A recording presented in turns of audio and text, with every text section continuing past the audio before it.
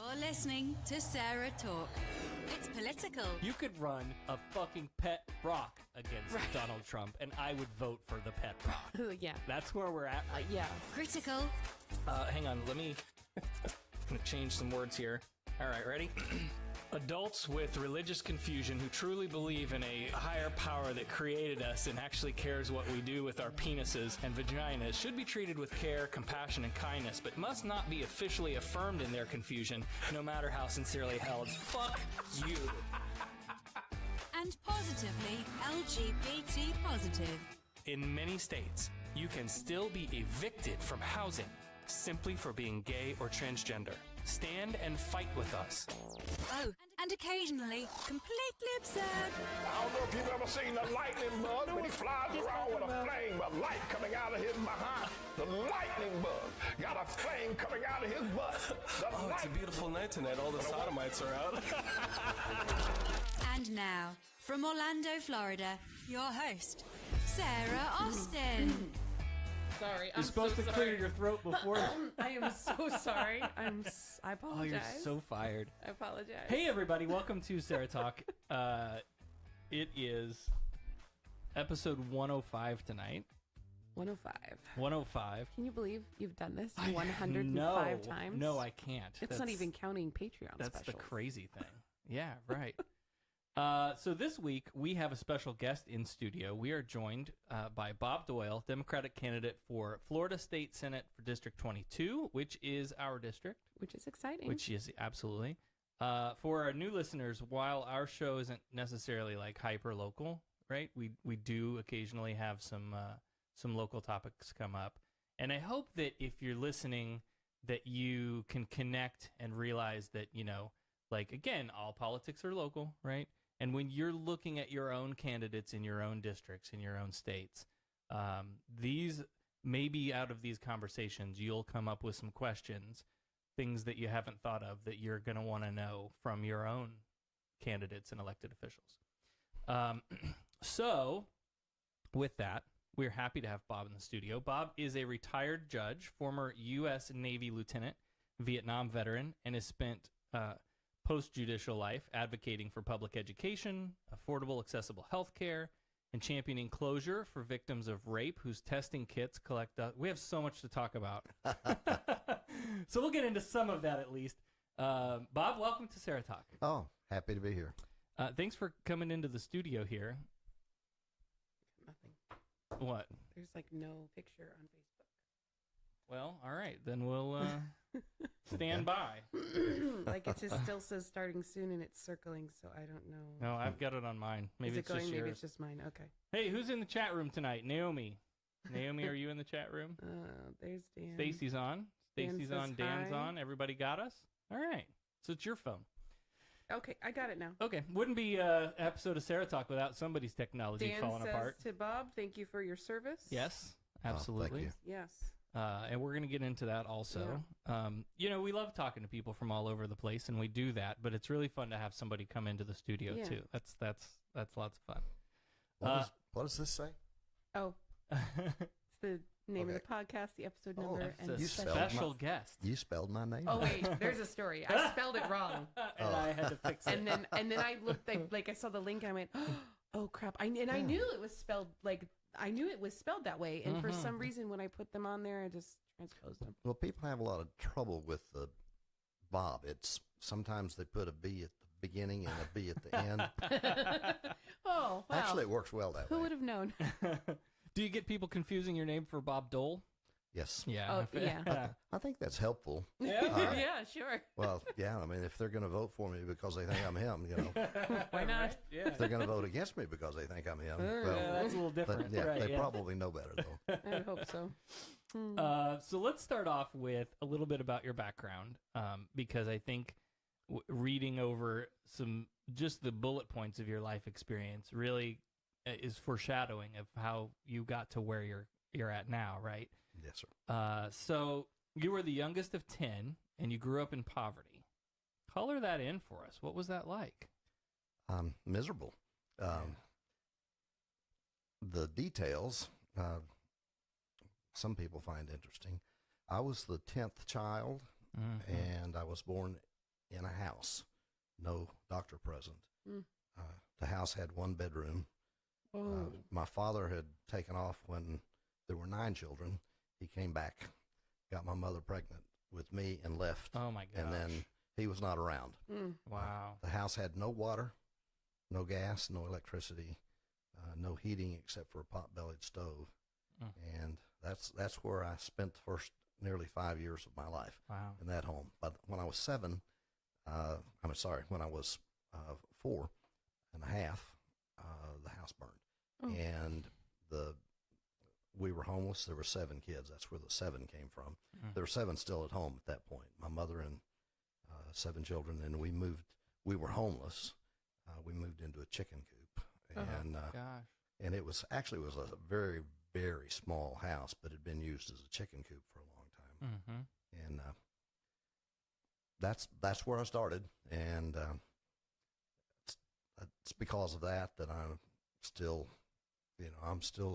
I'm still that same little boy who never had a pair of new pants or a shirt that wasn't faded because somebody else had worn it before. Right. Until I was the only child left at home, then things kind of improved. But yeah, it was. I guess it was difficult, but looking back, I think it was difficult. But at the time, I didn't realize it. Sure. It was right. just, this is the way things are. You know. Mhm. Yeah, you didn't Yeah. know any better, so. Yep. Yeah, and the adults in your life try to do whatever they can to minimize that, Sure. make it as normal as possible. We talk about, this kind of stuff a lot, that poverty, homelessness, and I would call this like a hidden in plain sight problem here in America. And I don't know whether we attribute that to like this rat race, capitalism run amok, fast food greedy selfishness that a lot of people have. I think we're all too easily wrapped up in our own life stuff to really consider the situation of others. And that's, I'm not saying that that's intentional, right? We just get involved in our own stuff, and that happens. What do you wish people would understand about quality of life, healthcare, access to basic human needs, and where do you see the government's role in having experienced this firsthand? When you look back now, where does the government fit into all of that for you? Well, the question came in 2 parts. Yes. The first part, I would say that I see the need for education, for housing, for clothing, for medical care. Those are all basic human rights. Yes. And those are rights then to go on to the second part of the question, that the government has the best opportunity to remedy those rights. The government has the best opportunity to protect. Yeah. And instead of honoring people who have everything they need because they may pay more taxes or because they contribute to your campaign, rather than honoring those people the way our government does now, we should be honoring people who actually need us and taking care of them. It boggles my mind that, and we're going to come back to this in various points along the journey here, but, the very same people who espouse beliefs like that are the first ones to kind of turn their backs on the people who need them the most. That just frustrates the hell out of me. And that, like, having a place to sleep tonight that's warmed or cooled or closed off to the elements or the toilet flushes Right. is somehow like negotiable. I can't wrap my head around the people that are like, well, they should have just worked harder, Yeah, get a job. pulled they your say. bootstraps up, and Yeah. I just don't. I don't get it. Well, and you said a toilet that flushes. We didn't even have a toilet. Yeah, Yeah. right. It was an You know, outhouse. hole in and, the ground. yeah. Yeah. And I can remember being very afraid when I was quite Yeah. small that I might fall in. Yeah. I grew up in a log cabin in the middle of nowhere, Illinois. Wow. And we had an outhouse out back. But once we'd built the house, then we quit using the outhouse, and it ended up getting infested with wasps, and that was a scary place. It was. I believe out on you. the farm. When you're a little kid, I was younger than 7. I think the first outhouse I ever experienced was when we went to visit my aunt in Tennessee, and like we went to my uncle's mother's house or something. And Right. She had this farm for hundreds of years, I guess. No, probably not hundreds of years, but she was about 100 years old. But yeah, there was an outhouse next to this old rusted tractor, and it was like you could just tell it hadn't been touched in years. Yeah, And I was like, "That's an outhouse. No wonder people speak badly of it." Right, but when you're when it's in use, it's not. Yeah, sure. Okay. But I still, to this day, like I see a porta potty, and that's like That's what what I you always think. thought an outhouse was. Oh, Like that's interesting. Yeah. Well, I grew up in South Florida. Yeah, like, okay. so when I would see a porta potty at the, Air and Sea show, like, oh, outhouses aren't that bad. They're made of plastic. Right. Well, even if they're used regularly and they're maintained, they stink. Yeah. they're Yes, still they do. nasty. So let's talk about a little bit about your time in the military. right. Thank you for your service. Thank you. And when I hear people say that, sometimes I hear like that's kind of an automated response when we see someone who's served.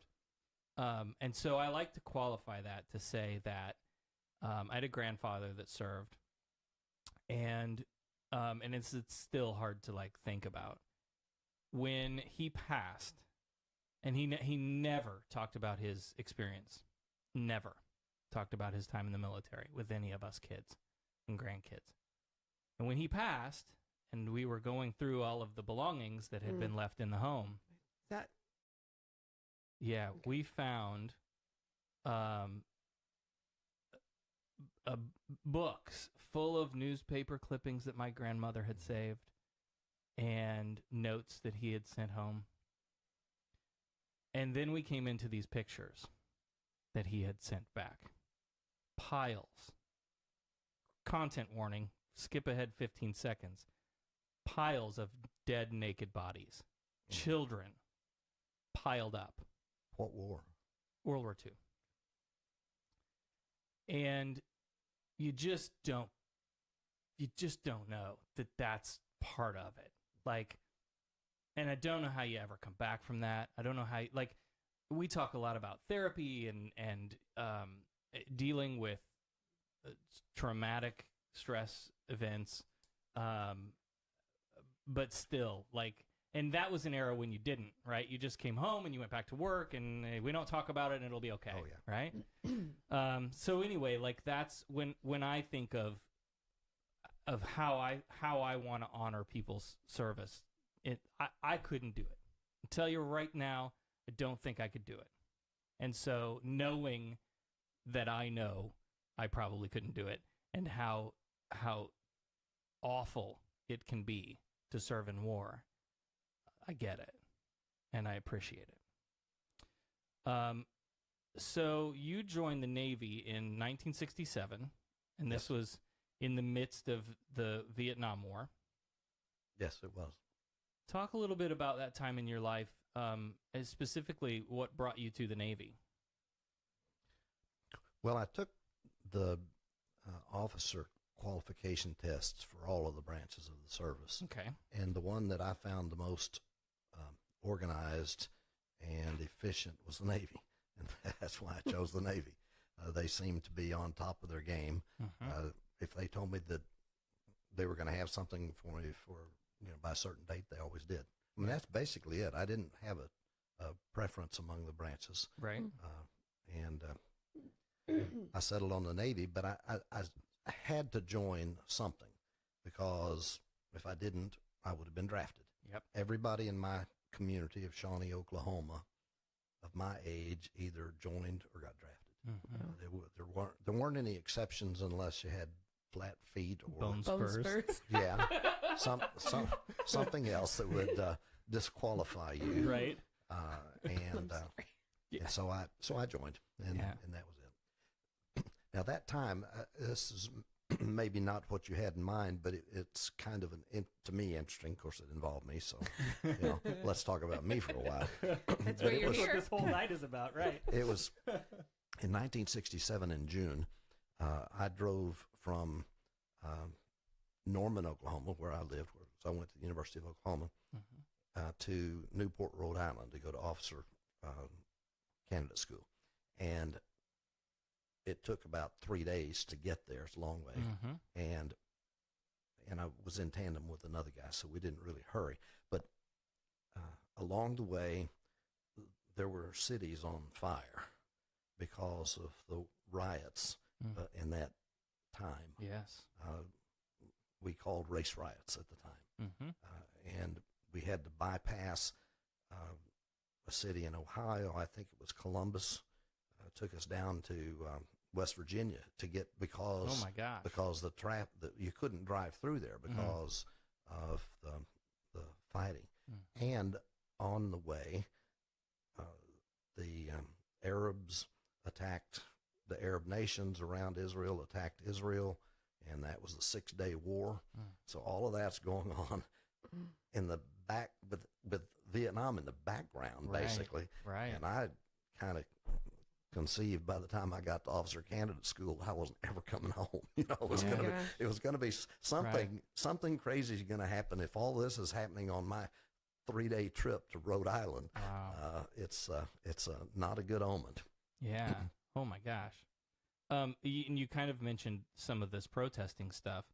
I'm gonna throw something out here that I haven't really fleshed out my line of thinking completely, so we'll just talk it out. But I think about, like, when I see the response from these kids in Parkland, right, and then I look at I guess it kind of seems a reflection to me, right, of this of the anti-war protest, like that whole era of protest, and now you have all these young kids saying, "Hey, listen, it'd be great if I could go to school and not get shot. Can we do that? Is that okay? Can that be a thing?" And then what seems like overwhelming to me is many people from the generation of the protest are so vocally adamant about, well, you're young and stupid, and what do you know? And like, you literally grew up in the middle of Protestville. I don't know. Have you given any thought to the way the protest, well, I'll call the protest generation, is seeing the events of Parkland, Black Lives Matter, like all of the things that are going on today? Have you reflected on that at all? Not really in that context, but yes, I've reflected on it a lot. I think maybe there are more people of the protest generation that agree with the Parkland students than there are that And this disagree. is maybe a vocal minority. Well, it always is. I mean, it's like, it's like they say, the Republicans always pull together. Yeah. And I'd be willing to bet the people that are objecting to the Parkland students and saying bad things about them are of that right-leaning persuasion. Sure. Absolutely. And the same people who thought we were doing right in Vietnam now think that these kids are doing wrong. Right. So I don't think that It's interesting. my guess is, I don't really have any data on this, Yeah, but yeah. my guess is that the people who are objecting to the protesters weren't the protesters back then. Right. Yeah. Right. Yeah, I think it's interesting, like, considering how people change and evolve in their ideas over time or don't, right? Just to think about that. Well, there's always going to be that group of people that Yeah. doesn't think that there should be protesters for this particular, yeah, sure. mean, there were people that were against the Martin Luther King protests and all of that stuff. Everybody's had that counter protest, I guess. Well, can I say something about those protesters? Because this is really, I think, important for right now. Those kids, if we can call them kids, Right. are really, really upset at what's happened with guns. Not just at Parkland. Yes. It's just that this happened at the right time of year, so that they are Yes. in a position to make some kind of object lesson out of it.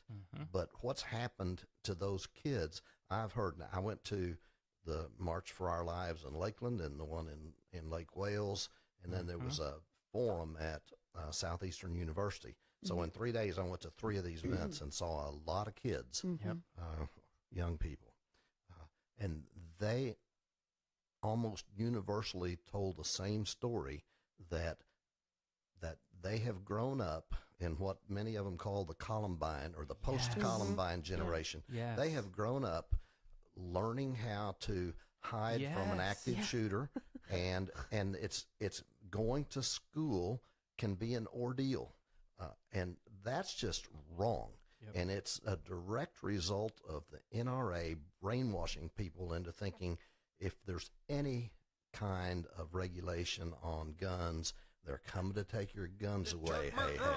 They took my guns. Yep, those people. And you know, I see these kids, and we call them kids because they're younger than us. that's the criteria that we use. And like, I mean, we have kids, and I think about the school situation that they're growing up in, the environment that we've created, right? And when I think about that, I think about my generation.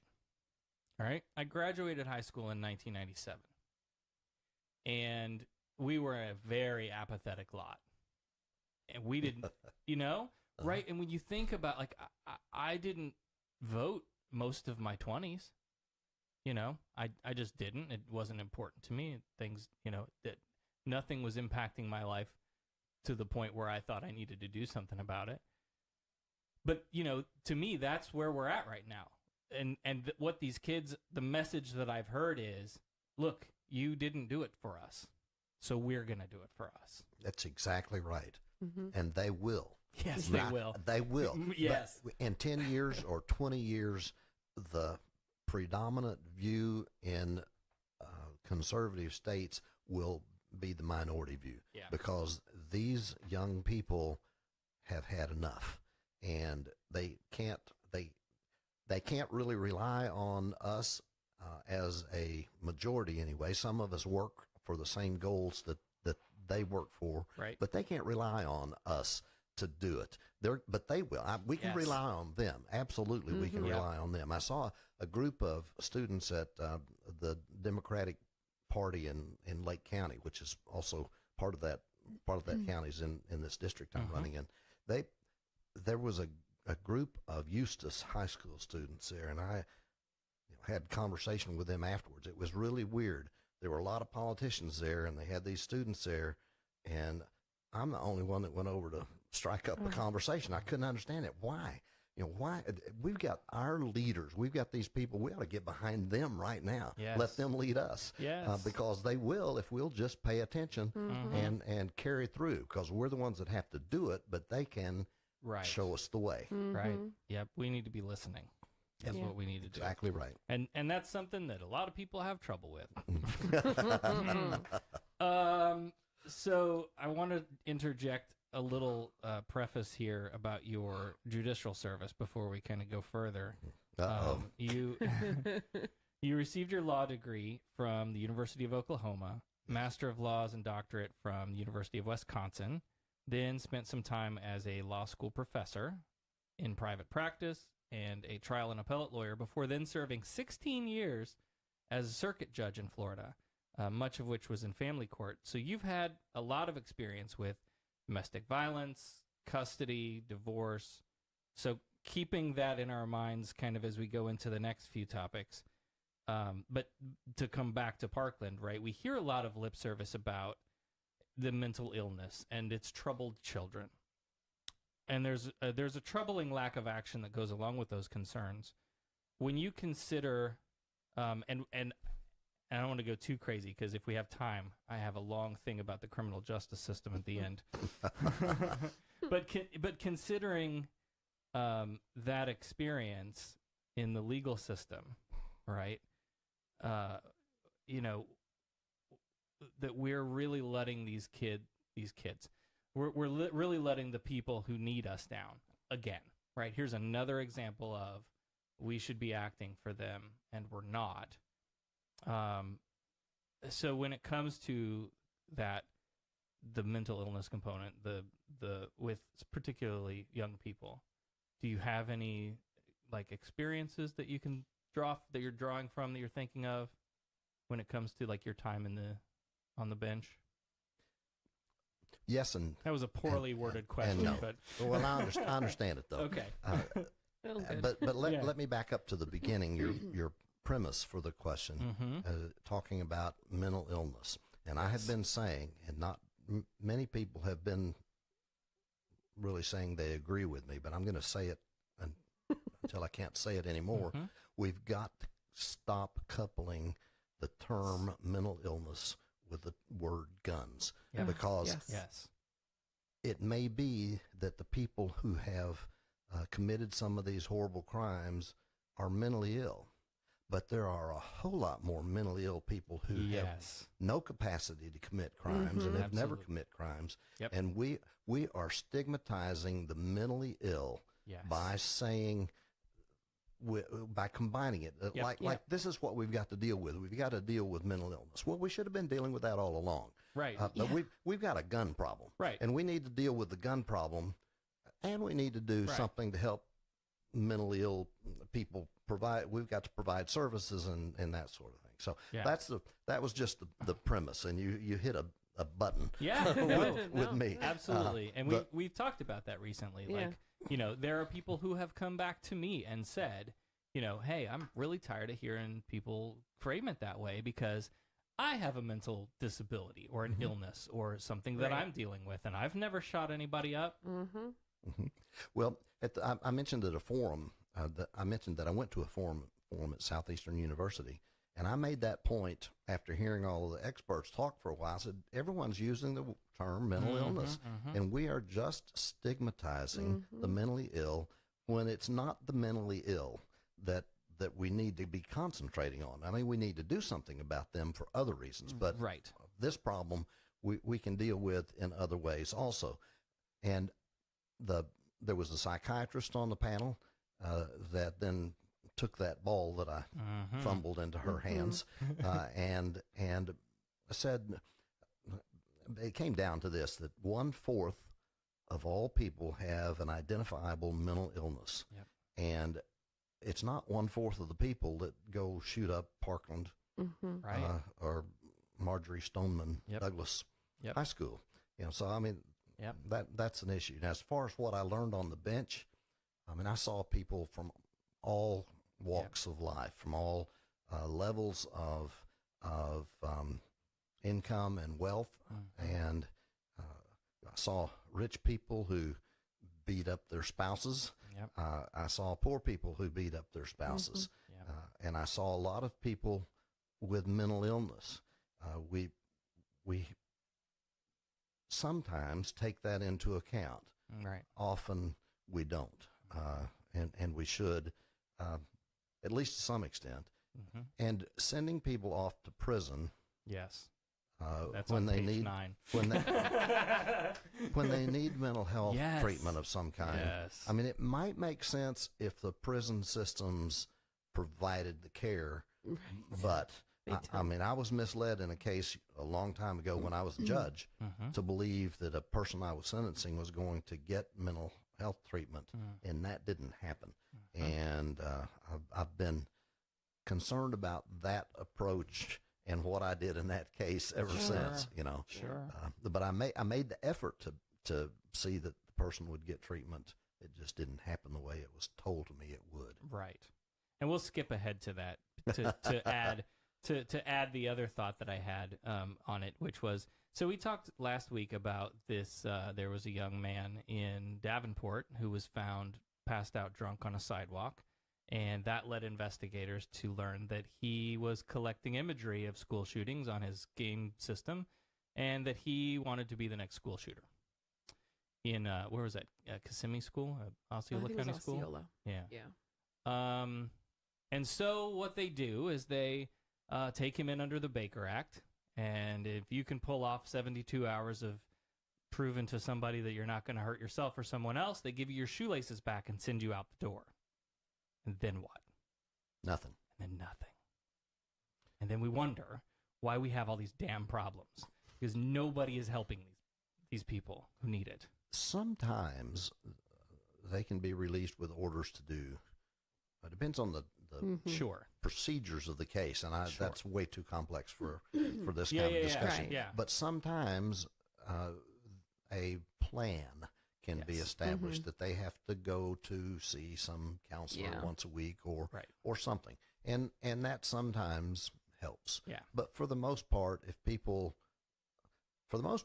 who are Baker acted aren't the ones that I've presided over anyway. The Baker Act cases that I've presided over, they don't wind up being found to be Right. a risk themselves, or Right.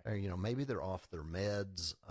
Yep. I mean, there are all sorts of reasons that people wind up being Baker acted, and sometimes it's because somebody in the family wants to take their money away from them, or you can't always be sure of the motives of the people that brought about the Baker Act in the first place. So, Yeah, right. So, I mean, I'm for the Baker Act Yes. because it can be used Oh, right. yeah, Right. absolutely. But sometimes but it's to your not. point too, with the system of send them off to jail to get them away from society and punish them in a similar way, right? And then we open up the door and let them out, and here's your clothes. Good luck, son. Again, I just don't think we're doing enough while they're in the system to prepare them to come back into society. And then once we've brought you back into society, then what are we doing to help keep you safe and Off the streets. being a good person and not slipping right back in? Right. You know what I mean? Like, if I went into prison because of the criminal things that I was doing, when I get out, the only thing I know is criminal things that I was doing before I came in. So what are we doing? Nothing. It's not entirely true that we're doing nothing, but Right. we're We can do more. inadequately Yeah. taking care of it. Yeah, it's next to nothing. Yeah. And Right. I think we could do a lot more for the people in prison if we weren't imprisoning people for Right, for stupid, things that- non-violent, non-life-threatening crimes. Yes. Like I think that's a big problem too. Is that our prisons are so overcrowded for stupid reasons that Yeah, I wonder about that. I hear it all the time, but I don't know what nonviolent crime people are talking about that are resulting in sentences. And it depends on what you call nonviolent. Yeah. If somebody is sent on, say, a mandatory sentence for what's called distributing methamphetamine, well, that may appear to be nonviolent, Right. but it's how many people have been hurt Right. by That's that true. It's by causing that harm. methamphetamine? Yeah, that's true. And how many people? I mean, if that, in fact, well, maybe I should not go into this so personally. I know okay. I know somebody. Whatever- yeah. I There you know go. someone who died as a result of receiving and ingesting cocaine that had been spiked with methamphetamine, and they have opposite effects on the nervous system, and it caused a brain stem stroke that then resulted in life support being taken off because she couldn't survive without it, and she would never really have any mental function. So is distributing cocaine okay. a nonviolent crime? I don't see it that way. Right. And No, that's so a fair point. we need to be careful. Now, somebody who has just stolen something, well, maybe.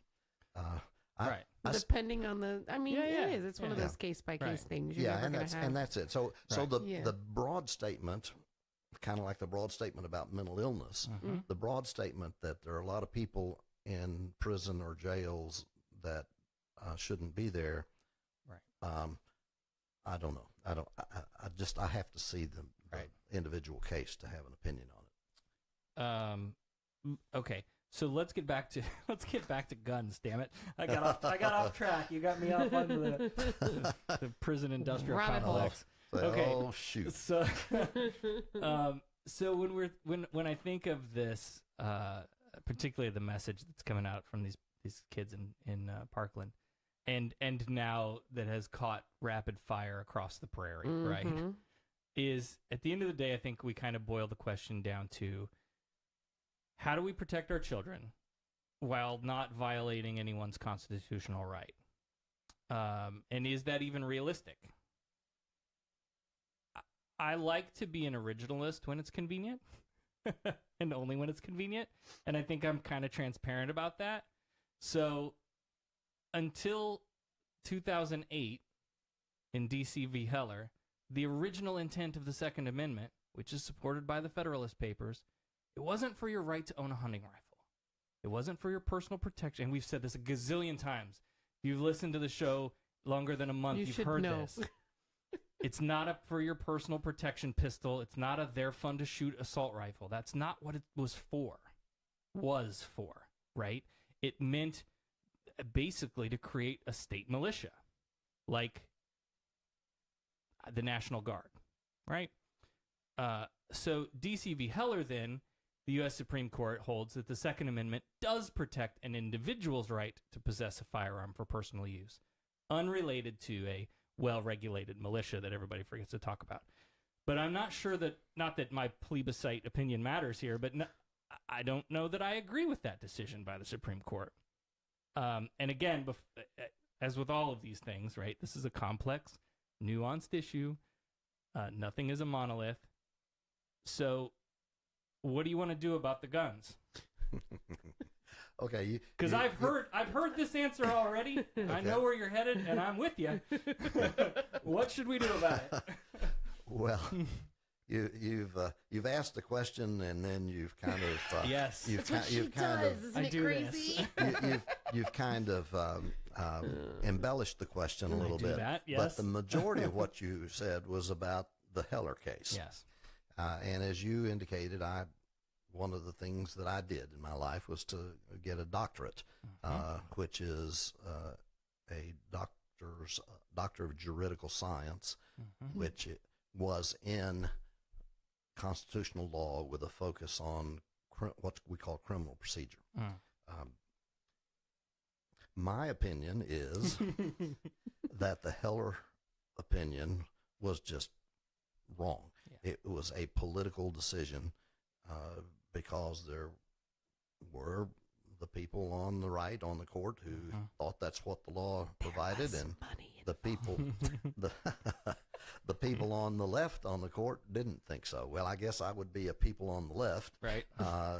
But my view of the Second Amendment is that it's for militias, not for people that want to have guns for any reason, or whatever reason. But as a judge and a constitutional law scholar, I believe in stare decisis, which is that once that decision is made, well, it's the law. Whether the Constitution says that or not, it's the law. The Constitution doesn't say anything about the Miranda warning, but it's the law. Right. And so we have to move forward. But if you read the opinions in that case, including Scalia's, who is the one who really authored this whole idea, it's that he says that regulation of the ownership of guns is still permitted. Reasonable regulation. And that's all we want to do. We have loads of constitutional rights that are limited in certain ways without infringing upon them. You have the right to free speech. You don't have the freedom of consequence from that speech, right? You go down the list. There's plenty of examples where we go, yes, you have the freedom, but there's a time and a place. This is how it needs to be done. Certain limits. So I want to tell you before we go into the break here, because we're running a little late. I have so much to tell you. I know. But I want to tell you about what I call Sarah's scale of rationality. Okay, and on the scale, there is everybody gets guns on this end, and nobody gets guns on that end. And I have been solidly right in the middle, right? Some people should be able to get some guns sometimes, right? I've been solidly in that place. But with every shooting, with every child that dies, with every incident that happens, I slip a little bit further towards the maybe we should take some more guns away side of that spectrum. Right? I'm trying to be rational and live in the middle, but it's getting hard. That's all. But you'd be you'd fit in with the term anyway of what some of my critics call me as a gun grabber. Mm-hmm. I hadn't heard that until recently. That's interesting. That term, but no, I don't, and I don't think we should take away all guns. Right. And well, it wouldn't be possible anyway. Yeah. Right. But we have to start somewhere if we're ever going to have any kind of reform of the system that's based on really a sales job by the NRA. The NRA has brainwashed America to believe, at least the gun owning part of America, to believe that if we do any kind of gun reform, we're going to it's a slippery slope, and we're eventually going to take all of their guns. And that's just nonsense. Well, that team loves the slippery slope anyway. And everything's a slippery slope to those people. Yeah. I'll say, well, I'm just sitting here and I'm thinking, we got our little thing from Polk County tax collector in the mail yesterday that our vehicles are up for our registration renewal. And I'm thinking, we need the DMV, and the Department of Motor Vehicles, and then you go next door to the DFA, the Department of Firearms, you can just register them. Like, that would be a great start. Just register your guns, people. All right, well, then you get this. Yeah, I'm going to play slippery slope But argument guy with you. And then, right, but once we start, you see they've registered people in Nazi Germany. You saw what happened to those people. Well, it's exactly what they say. Then why aren't you complaining that you have to register your vehicle? Sure. You have to carry insurance. Yeah. You have, when you send your kid off to school, you have to register them with the school board. Yeah, I'm with you. Like, everything else is regulated. Do we have time to explain one thing Certainly. before we go on break? Listen, man, we Okay. can stay here all night. What break? There is a weighing process that's done in the court's decisions on constitutional rights. They come into conflict sometime, and so you have to weigh one against the other, and sometimes one has to give way to the other. I mean, there are all sorts of tests that the Supreme Court has announced, and it gets kind of complicated. But it basically comes down to weighing which one is more important under the circumstances. And these kids, as we've been calling them, I have heard from them many times say, what is more important, your right to have a gun under the Second Amendment, or my right to have to breathe, the pursuit of happiness? Right. My Life, right to liberty. life. My right to liberty are my rights to life, liberty, and the pursuit of happiness worth less than your right to own a gun? And they are in the United States right now. Yes. And we've got to change it. And if we can't change it, these young people can, and they will. Absolutely.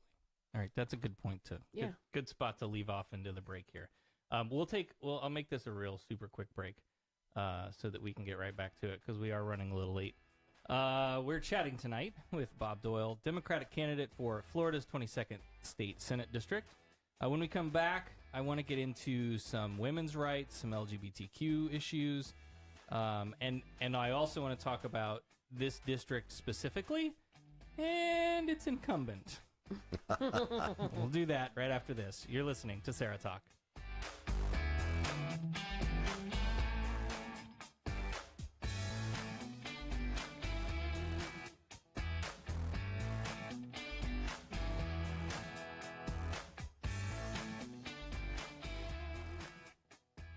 Are you ready for your first card? As I look at the set I placed down for you, I see an interesting things rising. Some of it has to deal with love and money and changes, and hopefully they're going to be for the better. Now your first card represents your situation, maybe some problems you've been having, maybe a little bit about yourself. Your first card is sorrow. This card is letting us know that there is some type of disruption in your life, Not that it's a big deal, but this card is giving off a strange vibe of anxiety. Actually, this card is warm in my hand. Oh, now caller, if you listen here, I'm seeing in the cards. Oh, yes, the 45 of mangoes.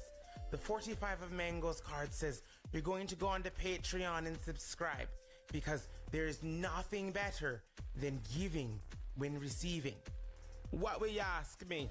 Find out now and I see for you. Call me now for a free tarot reading. Hey, you, podcast listener. Yeah. Hey, listen up. Hey, shut up! I know you're looking for new things to binge. And purge. Gayish is about gay stereotypes. We've talked about depression, drag queens, Butt stuff. fisting. Animals. Fisting and animals are two different episodes, just to clarify. You can find us on iTunes or wherever podcasts are given away for free. Tell your mom. She's probably gay.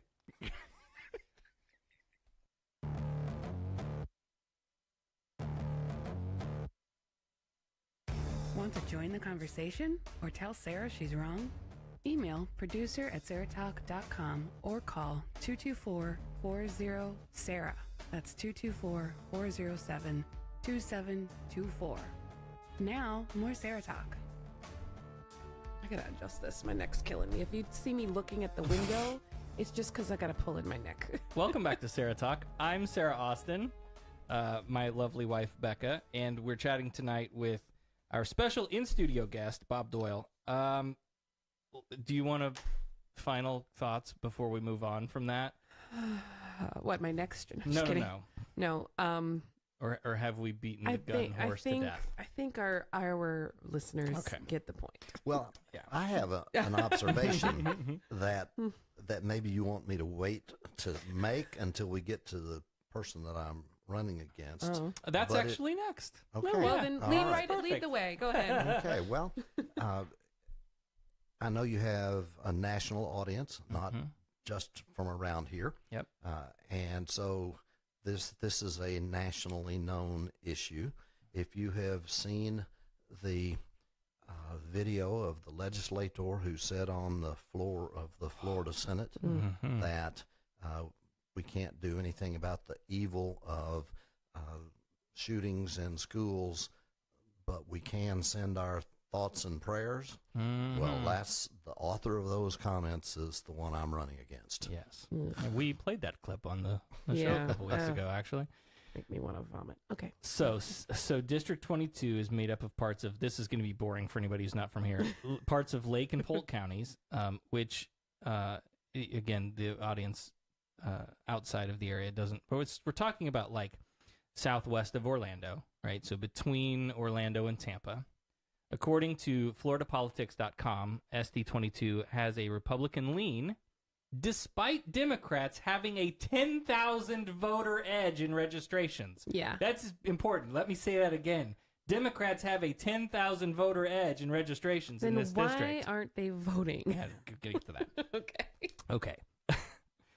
So now you do have a contender in the primary, right? You have somebody that you're running against in the primary? Well, recently, Yeah. yes. Someone has announced the person, to my knowledge, does not live in the district. Interesting. But Okay. I mean, may have moved into the district, but didn't before the race. So. Okay, so Kelly Stargell. Oh, well. All right. So the Republican incumbent, Kelly Stargell, was a property manager for her family's rental property before running for office. First as a state representative in 2008, reelected in 2010. Then in 2012, the districts were redrawn. So she ran for Senate instead of seeking reelection in the House. And as far as I can tell, that's pretty much the extent of her relevant background in lawmaking. And thank you for having a very detailed policy section of your website. Yeah. Because we went to hers, and it literally says, number 1, economy. Number 2, our children. Number 3, our security. A short little blurb about family and conservative values, which tells progressive Sarah everything I need to know. But not much detail at all, other than like Thoughts and prayers. So what I did then, what I did was I looked up her voting record. Of course you did. Of course I did. She voted to increase offshore oil and gas drilling. Of course she did. She voted against Affordable Care Act style mandatory participation requirements. Voted for several bills restricting abortion access, such as defining viability and how many doctors would need to agree that aborting a fetus after viability is medically necessary, requiring abortion providers to perform an ultrasound, allow the woman seeking the abortion to watch it and explain to her what these images are before the woman is allowed to give informed consent, except in the case of rape, incest, domestic violence, human trafficking. Well, at least there's a etc. little decency. Yeah, well, right.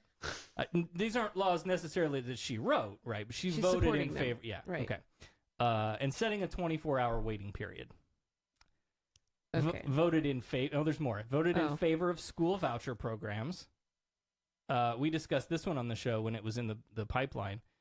She voted in favor of allowing residents to challenge school textbooks, a.k.a. evolution is just a theory. Yeah. Voted in favor of authorizing churches to be able to decline providing marriage services to certain people. Allowing students to express religious beliefs in coursework, artwork, wear religious clothing, permitting student-led prayer in schools. And all of this religious freedom stuff, BTW, back to our constitutional law class, is already protected under the United States Constitution. She co-sponsored a bill to authorize concealed carry during emergency evacuations. So we're all leaving Florida because the hurricane's rolling down on us and a high-stress situation, but make sure you bring your peace. Well, it's Florida. Everybody's got a gun. She voted for a bill to decriminalize accidental brandishing of a firearm that stopped counties from enforcing gun regulations which were stronger than the state. Okay? And of course, most recently, she voted in favor of the Marjorie Stoneman Douglas High School Public Safety Act, which did nothing to address the actual concerns of the students who had experienced the actual shooting. Right. Okay. So, party line Republican, tick all the boxes. Tick it all. So let's go back to a couple of those topics that we didn't address in the first segment. And if we need to do a lightning round, we're almost at the hour mark here. We can, if you want to go long. I'll leave this up to you. Up to you. I told you I'll go all night.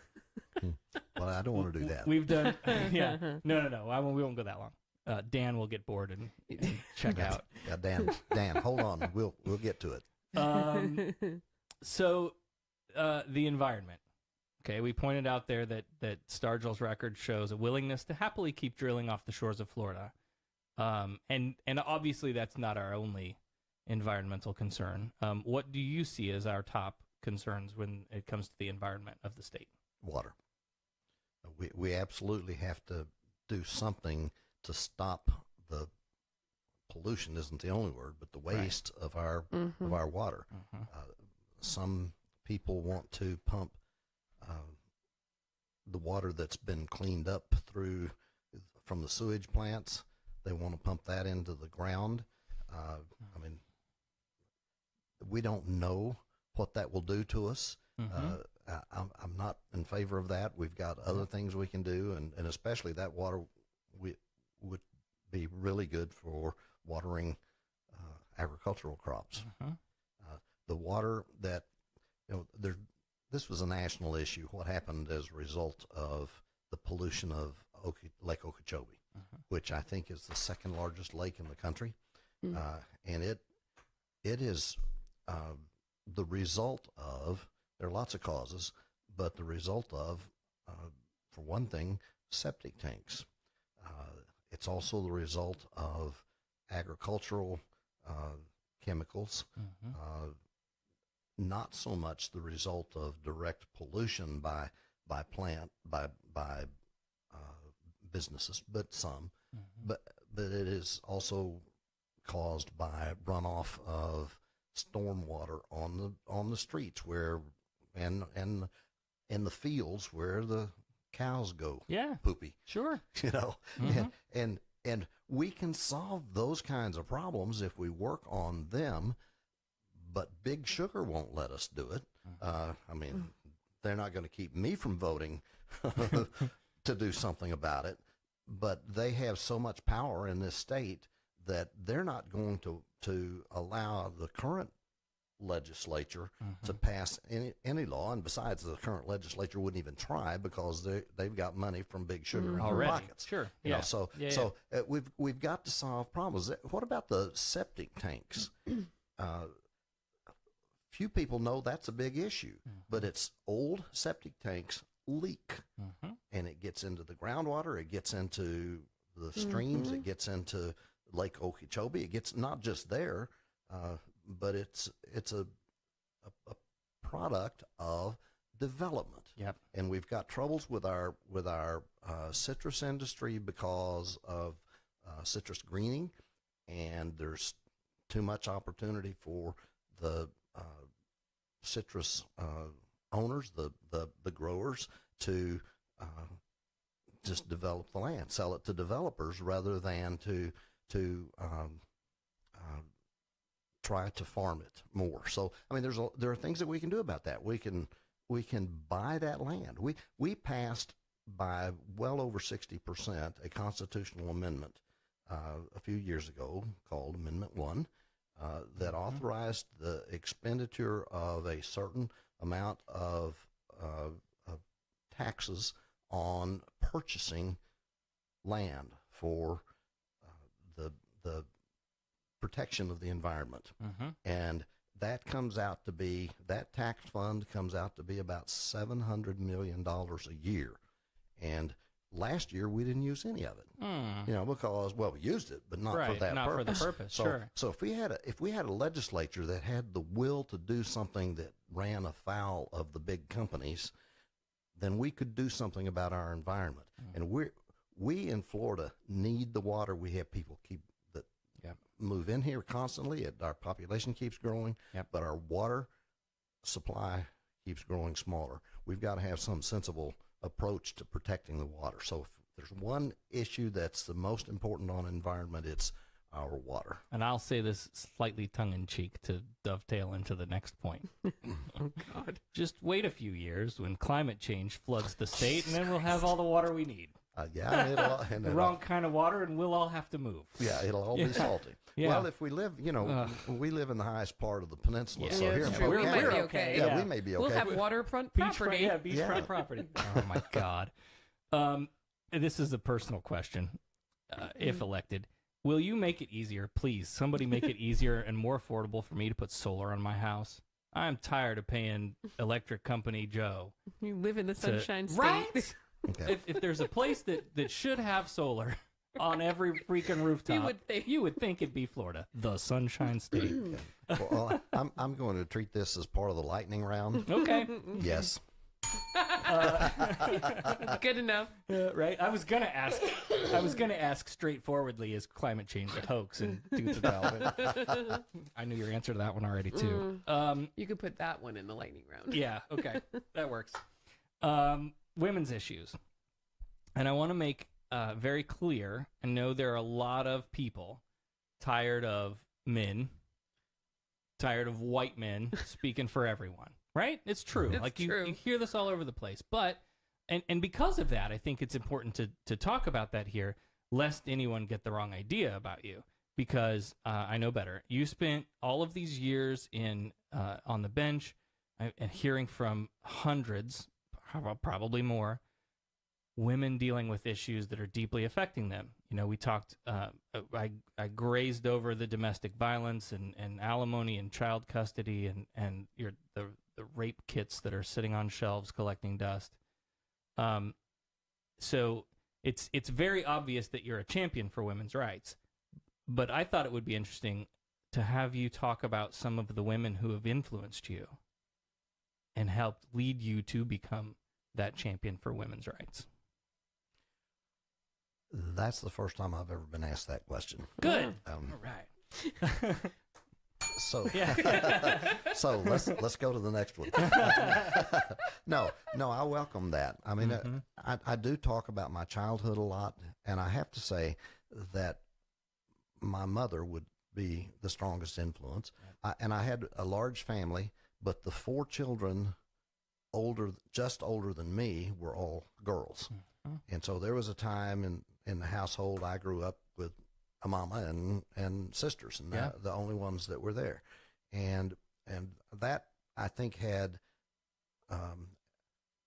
an unforeseen consequence to me, and that is that I really became concerned about how they were treated, but I didn't see the context. I didn't see the result of it until I became a lawyer, and then can see, wow, what our cultural disrespect for women, basic disrespect for women, or devaluation of women would be a better way of saying it, maybe, has then played into my background. I mean, that and my background, and then dealing with cases, and it's fewer, and it's less than saying an individual person, individual woman. It's the collective impact of having presided over more than 15,000 domestic violence cases, and countless child abuse and other kinds of cases,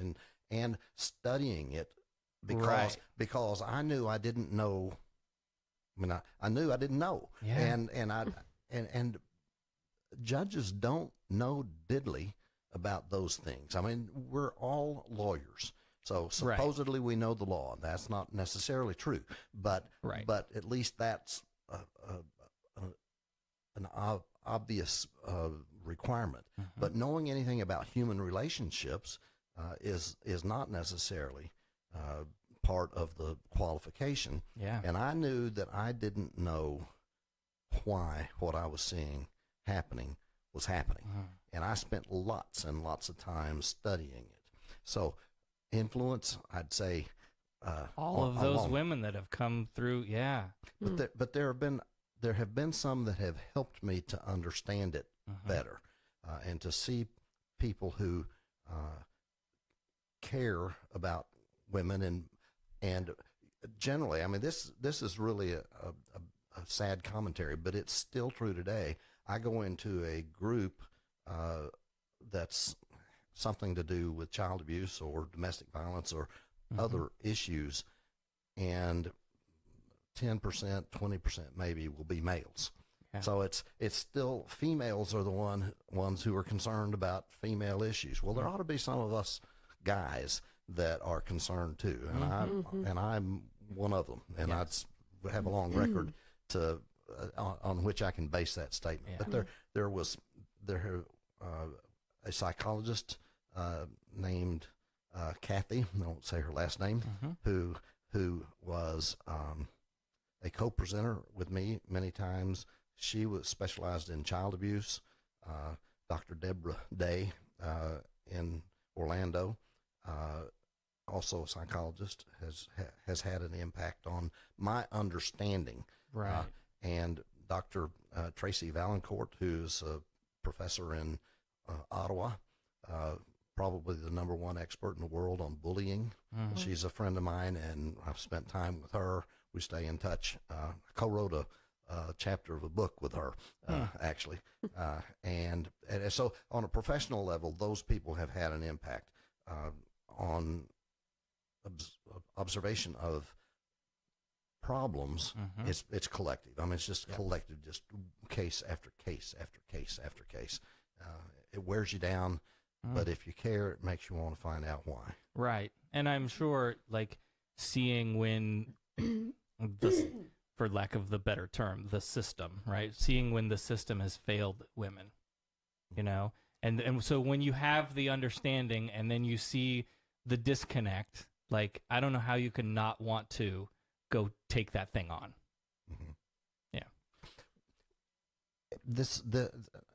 I told you I'd never been asked that question before. I need to make a list for the next time. For the next time that question comes up, but I have friends that found me because of some of my writings. They are from outside this area. They are from around the country, and they are rape victims. And they got in touch with me because of domestic violence issues and other things I was saying, criticism I was leveling against certain people. And they criticize those same people, but for different reasons. And they have educated me on what it means really to be a rape victim. And they are the ones who said to me, look, we've got this problem with rape kits that aren't being tested. And they had a huge impact on me. That's why I became the person around here who made that an issue, because, and fortunately there was a reporter at the Ledger who did so too. His name is Parody, which is interesting. Cliff Parody, really good reporter. He's not there anymore. He's a teacher at the Lakeland Harrison School of the Arts now. So creative writing. Great. But it was those people, and I'll call one name. Her name is Megan Ebos, who was as a teenager, came home from school, and somebody was in her home, and when she got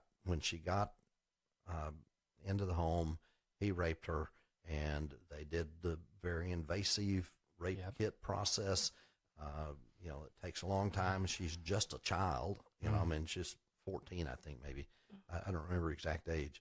But then nothing happened with that rape kit. And only when her mother heard about on television about another man years later who had waited inside a home and raped someone, did they start trying to see, did Megan and her mother try to find out what had happened? And at that point, the police had not tested her rape kit yet. And she is really something as an advocate. I bet. And you can't. So I learned from her and others, not just her. Yeah. That's great. No, well done. Well said. So we'll move into my people. We'll talk about the queer community. And we've seen... Do you know when I was growing up... Yes. Oh, let's talk about this. Yes, please. You don't. To say queer was the use of an epithet that was demeaning. Yep. And so as I have gotten older and seen and heard use of that, it's hard it's been an adjustment. It's still an adjustment. What was that show on TV? Queer Eye for the Straight Guy. Yeah. I thought, wow. Yeah. They're saying that. It's back now. They're back on Netflix. There is a podcast that I had been talking to the host of, trying to schedule time to get in and talk about this. It's called Very Bad Words, and each episode they talk about a bad word in our lexicon, right? And so some of the things that they talk about is like the reclamation of words, right? Other communities have taken words back, and so for the LGBTQ community, I think from my perspective, and again, it's my generation, right? There are people in the community older than I that I've talked to that are like, yeah, I'm still not really sure that I'm okay with that word yet, right? But for me, I'm okay with that. And for even younger people, even more, like the language is open, wide open, yeah, right? But it's the idea that we still have a divide. We really do. You have people that look at trans people and say, "Oh, you can't change who you are. You can't," or that would look at me and say, "Oh, well, you're a woman now. You have to like men," or gay people that look at bi people and go, "You have to choose. It can't be both. You have to choose." Right? There's this I don't want to call it infighting, but there is this disconnect inside the community from all the little letters floating in the alphabet soup. And so then when we start talking about the community, we talk about the LGBT community. Well, before that, it was the GLB, and then the GLBT, and now it's the LGBT, and then it's the LGBTQ, LGBTQIA, and then there's so many different identities under this umbrella that I think we need to pick a word. And maybe it's queer, maybe it's not. It really doesn't matter what the word is to me, but I think we need a unifier. I think we need a one word that speaks to all of us in our different identities that we can that was I didn't mean to go off on that tangent. Well, I want to add another letter to that. We have, and I'm a member of the Rainbow Ridge LGBTA Democratic Caucus, and the A is for, depending on who's telling you, it's for allies or for affiliates or for associates, so that it includes people who aren't gay, right? Or any of those letters, right. But are supportive, and I like that. I mean, there are several people in that group who are, for want of a better term, straight, but who have relatives or close friends, others that are gay, and they've seen the discrimination and other negative effects of being out of the closet. Yep. Nothing is a monolith. And I don't think that there's much that gives, and maybe I'm speaking out of turn here, but like, no, it's not your turn. For like, for a member of the queer community, I don't think there's anything that can be more reaffirming than one of your straight peers or family members to be like, yeah, I got you. Let's go do this. And right. I think that that's a very special thing. But I will add also, like, there's a component of that needs to be, also I understand that you need some time with your people. Right. That in the same way that we listen to these victims, in the same way that we listen to women, in the same way we listen to African Americans, right? You speak for your own people. I'm here to help you in any way I can. I am an advocate and an ally, and I will do whatever I can to fight for you. But it's your story to tell. It's your voice to, Okay.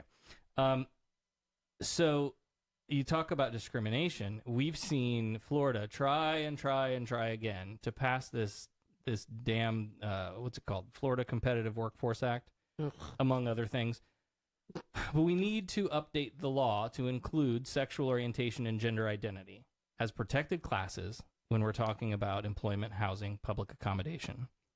Do you think it's realistic to hope for that change in the next, say, like 2 to 4 years? Are we looking further out? What kind of feel do you get when you feel out the vibe? Probably further out.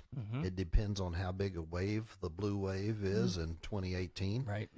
I think if we have a big enough wave to have a majority in the and I'm talking about only in Florida. Right. And the bill you were talking about is a Florida bill for Yes. equal rights for the LGBTQ community. Yes. The prospect of passing that bill will be good if we have a Democratic majority in both the Florida House and the Florida Senate. But in order for it to become law, we need also to have a Democratic governor. Yes, please. Oh God, yes, please. So I think it's more likely that we will have more senators, more representatives elected. I think that's more likely than that we'll elect a governor. I hope I'm wrong. What's it going to take to get a blue governor? Tell me.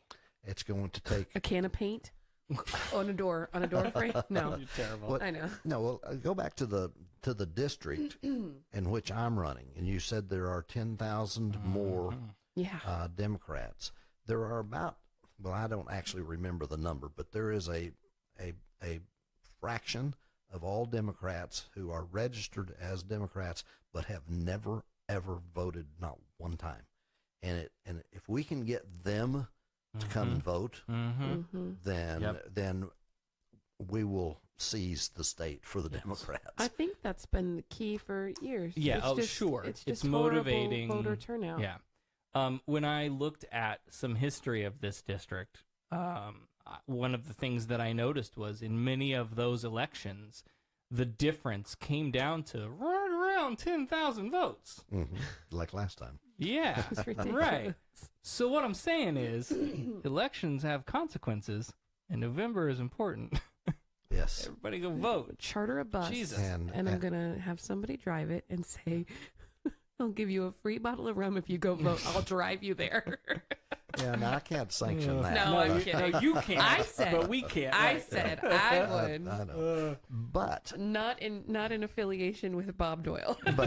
Yes. but you can do an affiliation with me is charter the bus Oh. and then find the people who can't or might not for some reason go vote and go to their home and pick them up and take them to the poll, especially people who are disabled. Right. Or instead promote vote by mail. Yes. You know, Yeah. This is not a 2018 problem, but one of the things that drives me nuts as an atheist is that my polling location is at a church. And I don't necessarily have a problem. I'm not going to like burst into flames walking into a church. I grew up in a church. I've been in churches before, but I'm sure that there are people out there that are like, that's not my church. I'm not going in there, or whatever reason. Like, and I know that. Let's not get into case law, but I know that there's a storied history around like why is that not an entanglement of church and state, and I fall on a certain side of that. But we've said it's okay. But like nationally, there needs to be a solution to that. There needs to have public spaces. It's called early voting, and you can do it at the library. Right.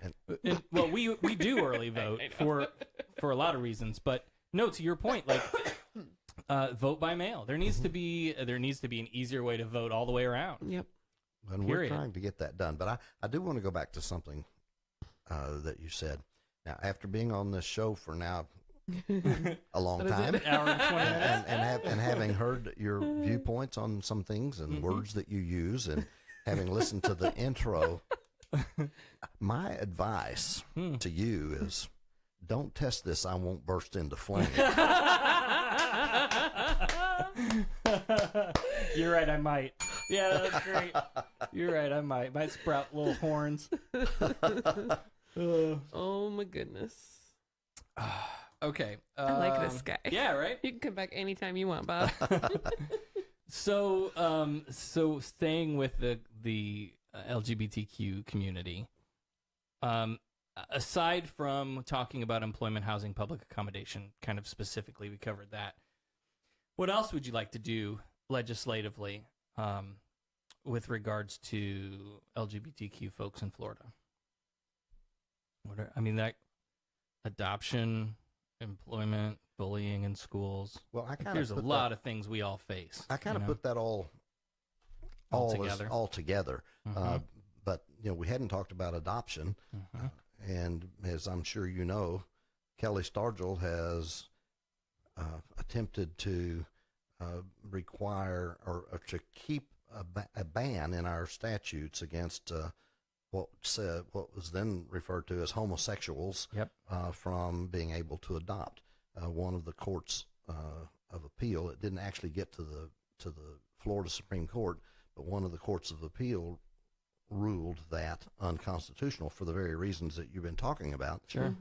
And bless his heart, Republican Governor Charlie Crist directed the Attorney General not to appeal the decision, and so it became the law. Yes.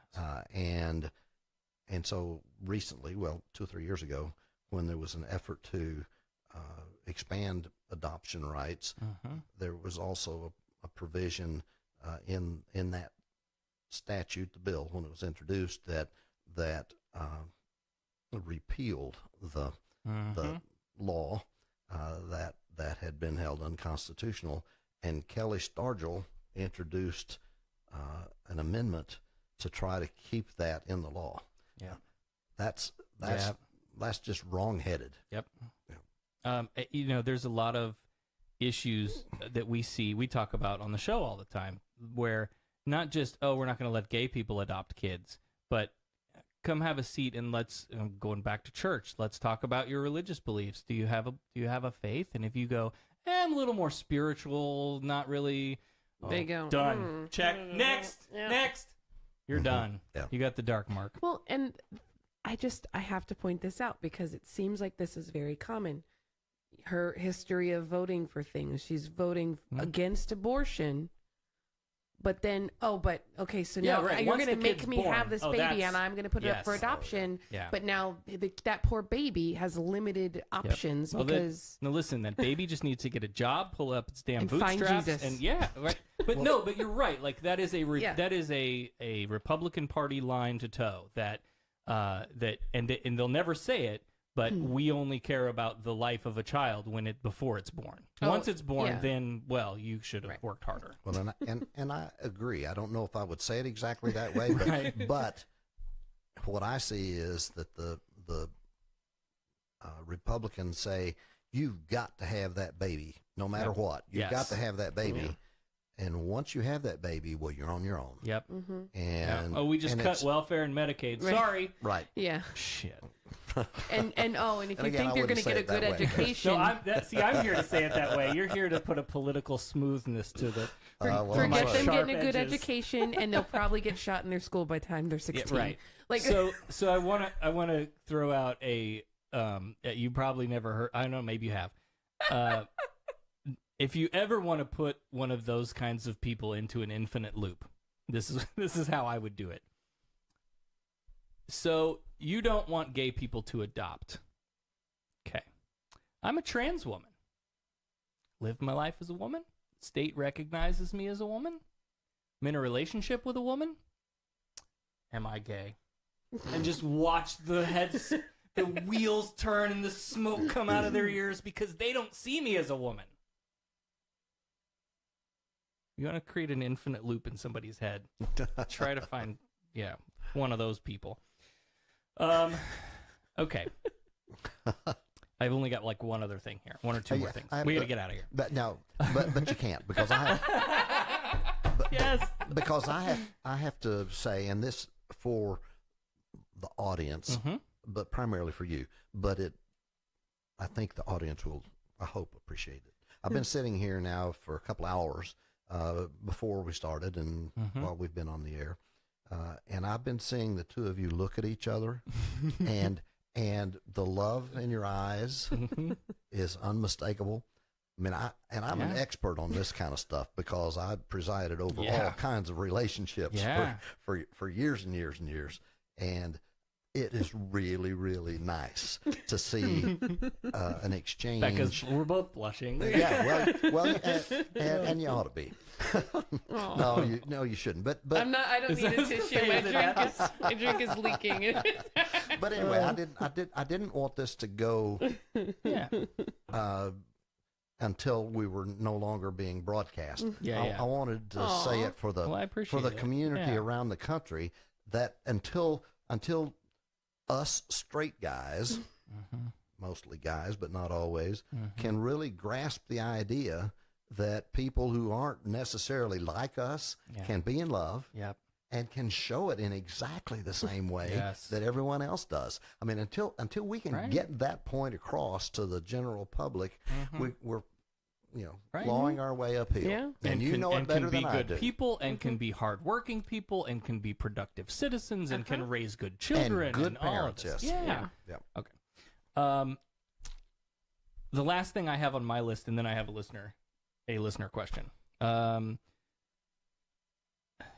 Let's talk about education. And when I was writing my notes, I thought, kind of reading the blurb that you have on the website.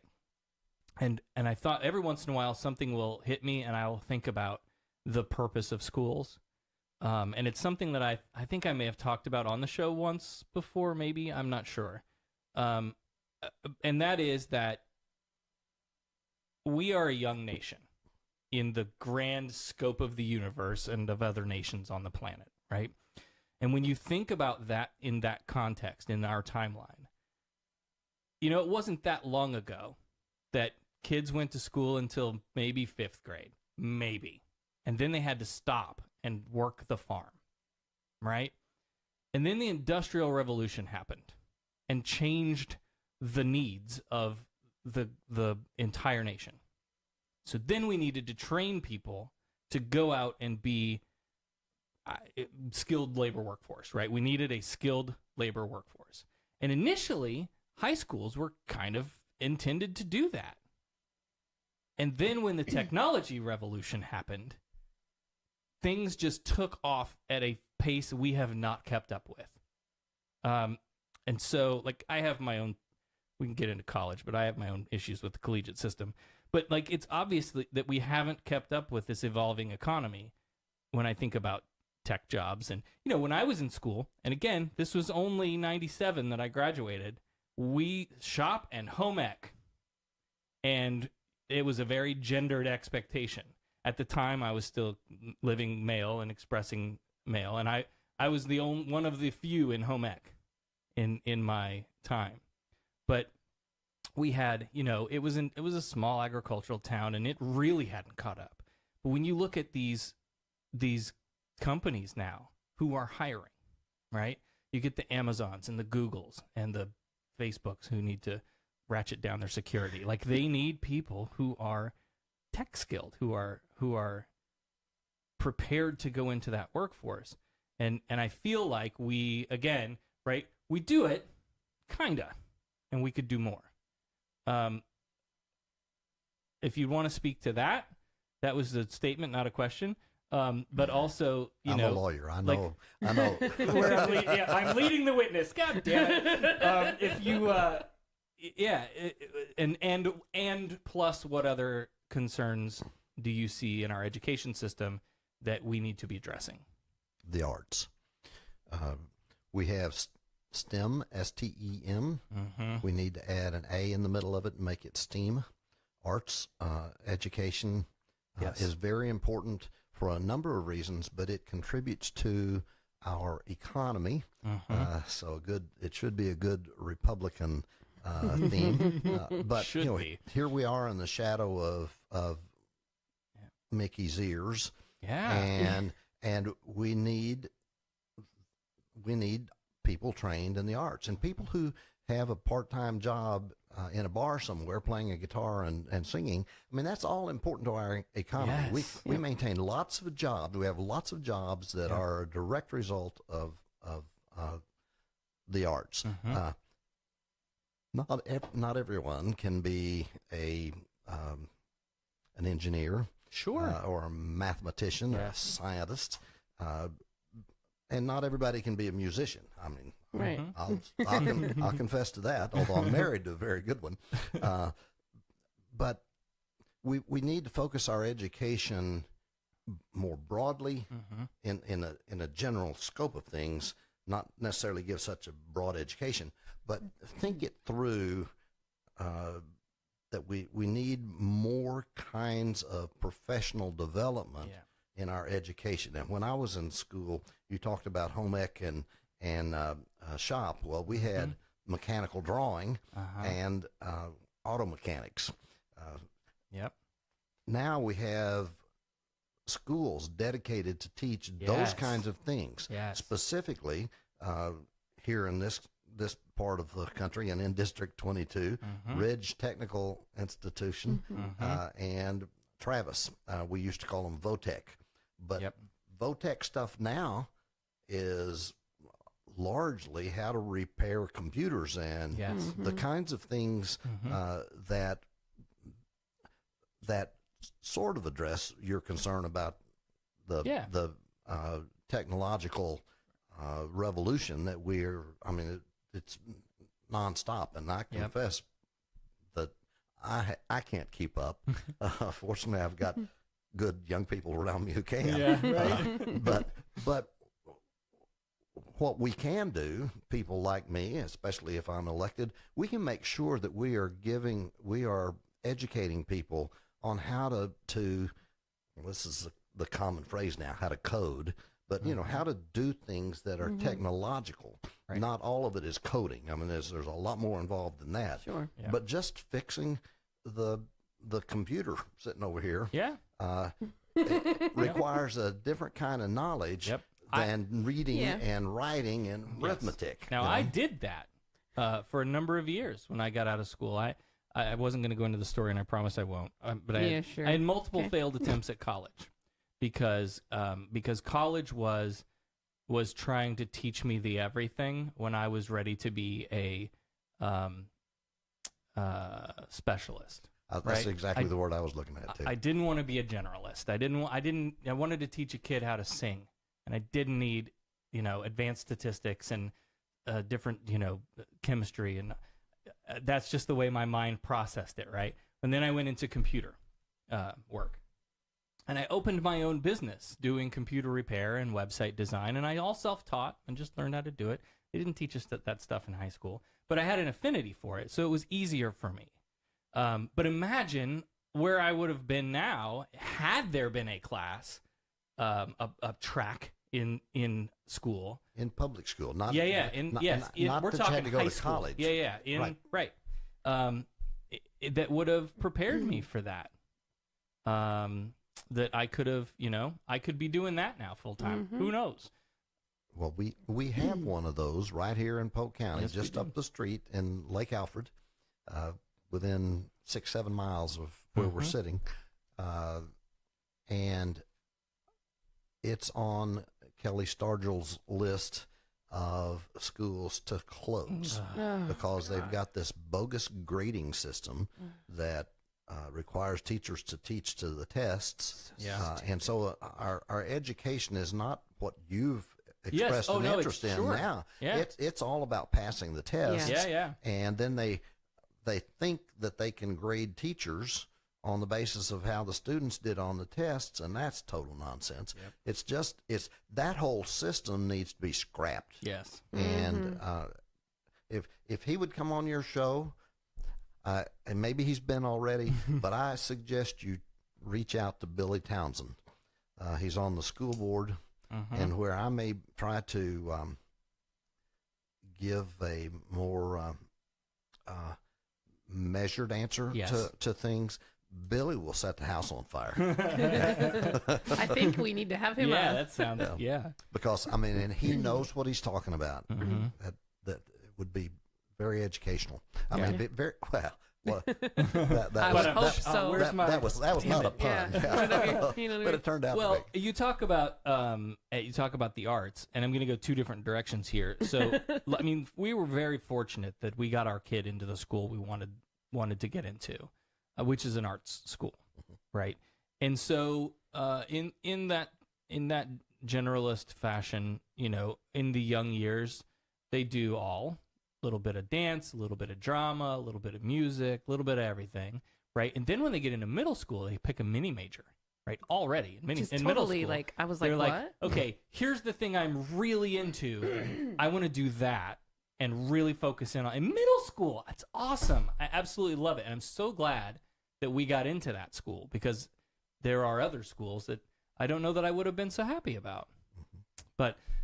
Because of that, because I grew up as an artistic person, and I wanted him to be able to explore that. And he's very much on that plane. Oh yeah, he's very artistic. He loves visual art. He loves music. Can I go back to one other thing that you asked a long time ago? Yes, of course. It's about the women who have had an effect on me or an impact, and I mentioned Megan Ebos, the rape victim, another rape victim. Similar story but different as Heather Marlowe, and she's very influential in the anti-rape movement. I don't know if they'd call it that. Right. That's what it was called back in the 70s. I don't know what it is now, but I didn't want to mention Megan and not mention Heather, and I did. Uh-oh. It's okay. That question caught you off guard. It's all good. Heather is my hero too. So, and both of them are heroes as far as I'm concerned. You have to be to go through something like that. Oh God, yeah. And to react, Heather Marlowe wrote a play. She was a theater person, and she has a one-act play that she puts on about what happened to her and the aftermath of it. I haven't had a chance to see it. I want to, but she goes around to colleges and and presents her one That's act got to be play. Yeah. powerful. Yeah, so I mean, it takes. Gotta say this delicately. It takes courage, Yeah. to do that. And a lot of self-care and a lot of like Oh yeah. making sure you're in a good mental headspace. I completely lost track of the other thing that I was going to go to. It's Because I gone now. digressed. No, that's no, but that's No, okay. It's okay. I had been making notes, but that one I lost, and that's all right. It'll come to me at 3:00 in the morning, and I promise I won't call you. Please don't. I'll wake Becca up, but Yeah. That's okay. And you had a question from somebody. we do. Yeah, we we have do. a listener question from Dan, and this is a good, I think, great way to kind of cap it off and tie it all back together. And it is about the blue wave that we're all hoping for, and I hope that we're not. Chills just thinking about it. But I hope that we're not, misguided in the we're kind of already expecting it. I hope that that's not, I hope we're not wrong. But Dan's question was, does Bob believe the blue wave will help him win in the what the hell does it say? Will help him win against the current Republican incumbent in a district which has fallen Republican despite the 10,000 Democrats that need to go vote. If it helps anyone, it will help me. We have to be cautious, as you were saying, that we don't count these chickens yet. We all thought Hillary was going to win, and here we are. We don't want the bark to be more ferocious than the actual bite. The election is 7 months away. Yeah. And anything can happen between now and then. Yep. And our strongest ally is in the White House. Every time he does something, he makes more of people who lean our direction, even if they're not fully on board. He makes more of them mad. So if he just keeps screwing up in that sense, and some of the Republicans like what he does, like with the EPA administrator now, Scott Pruitt from Oklahoma, where I grew up. How an attorney general of a state can have such little ethic value, I don't know. But anyway, in answer to your question, Dan, and thank you for asking that question, I think yes. If there is a blue wave, it will help me. Yep. I'll also be helped by my opponent, the incumbent, continuing to shoot herself in the foot. Yeah, for sure. This thing, I can't answer anything in just a few words, except once in a while I did one with yes while ago. We had one lightning round answer. Is that this deal, her expression of being unable to do anything about evil except send our thoughts and prayers. I call BS. Well, and rightly so. But it's ingrained in her thinking. Yes. And apparently she's developed some kind of code for trying to get around it, because I attended a legislative wrap-up, they called it. The Winter Haven Chamber of Commerce and the Lakeland Chamber of Commerce had the legislators appear and talk about the session. And when she talked, and it had anything to do with Parkland, she always referred to it as the Parkland situation. It was never the massacre, the shooting, the slaughter, the killing, the situation. Whatever. It was always the situation. It makes my guts just. Well, that's the way I felt when I heard that. And I mean, to me, it was. It's so disrespectful. It was a planned minimization of a tragedy, which she has already minimized with her thoughts and prayers statement. So, right. So I remembered what I was going to say. I talked too long. We'll do a go back. Oh, that's good. I have a terrible memory, and I'm so glad that I came back to me, because it would have driven me nuts all night. we were talking about the arts. And one of the things that concerns me about our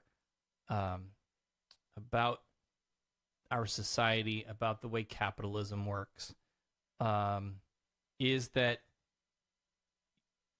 we have people who are good at an art, who may not be great at an art. They may not be, Garth Brooks on a world tour, right?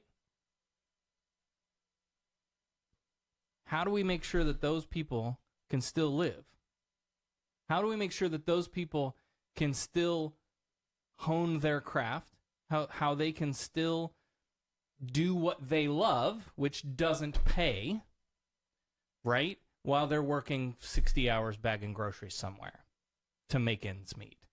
And this is just like a super broad, like the way societies are constructed thing that's driven me nuts for a really long time. Like if you go out and play music, or if you're creating art, that creates value to our society, and we don't pay for it.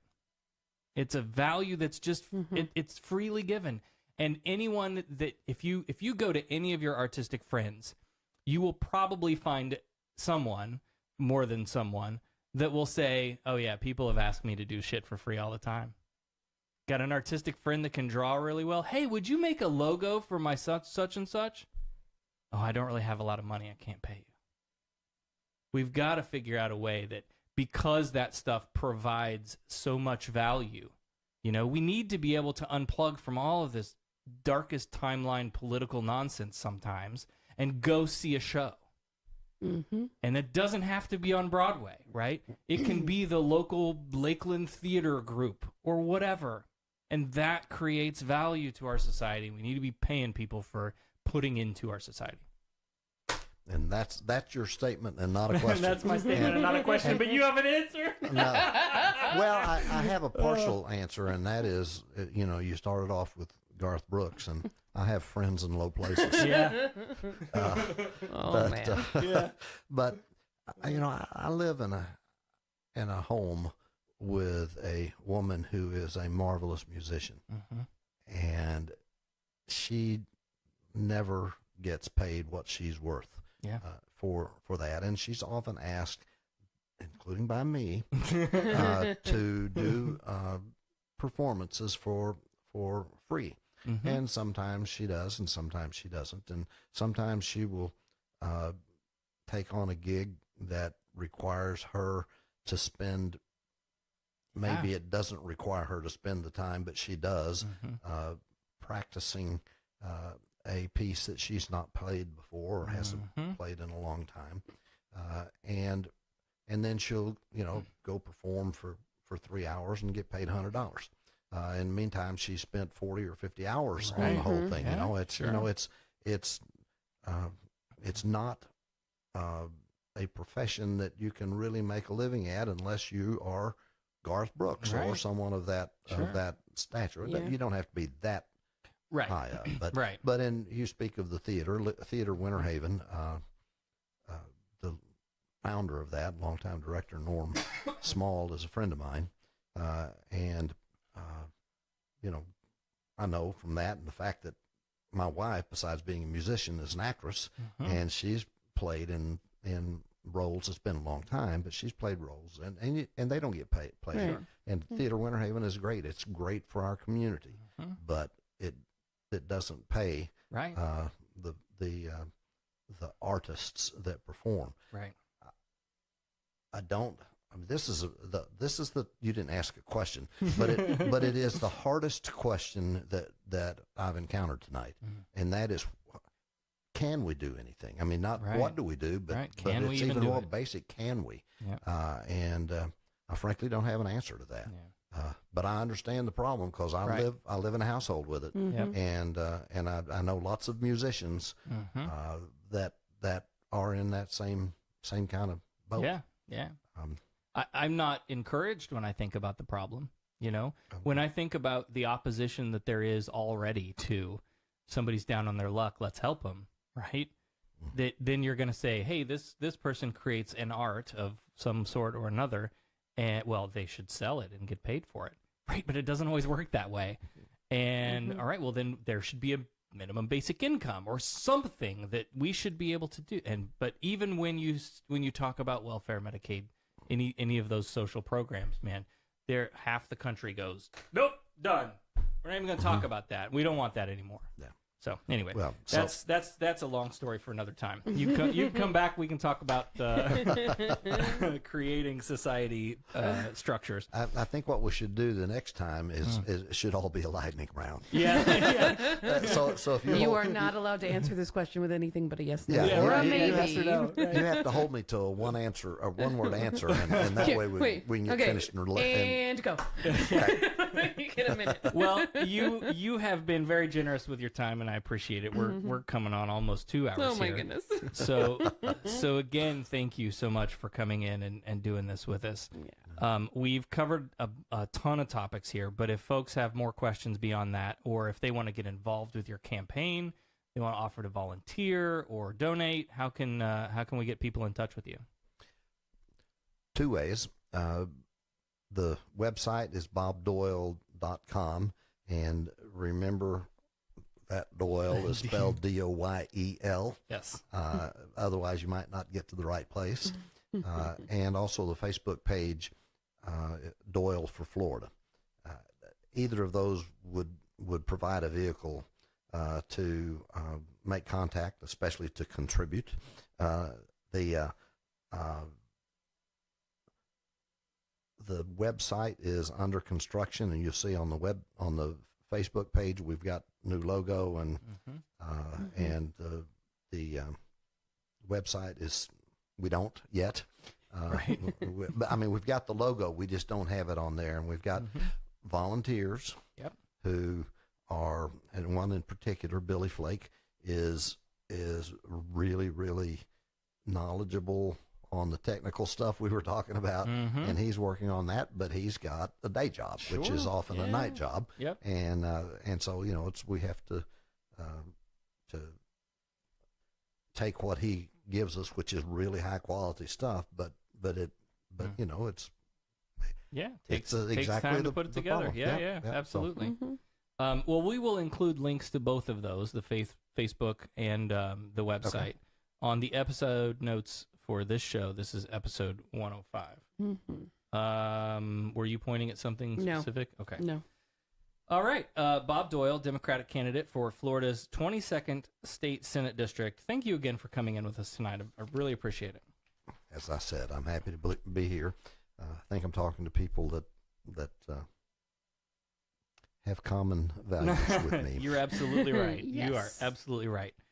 All right. Well, before we go tonight, we want to make sure to thank our wonderful patrons over at patreon.com/SarahTalk. They are part-time patron Russell, Andrea, The Wayward Willis Podcast, Mandy, Josie, Harry, Jeremy, Stacy, Megan, and AJ.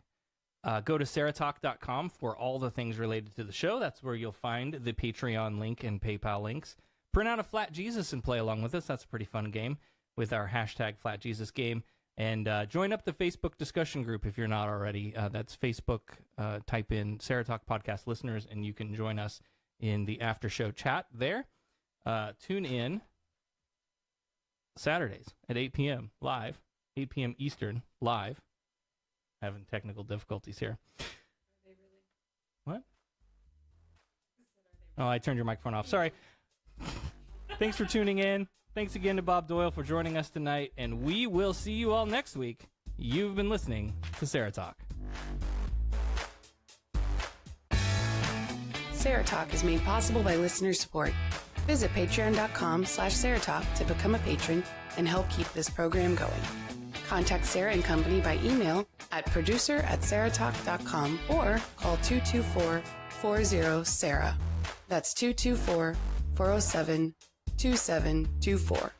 And follow us on social media, facebook.com/SarahTalkRadio and on Twitter @SarahTalkRadio.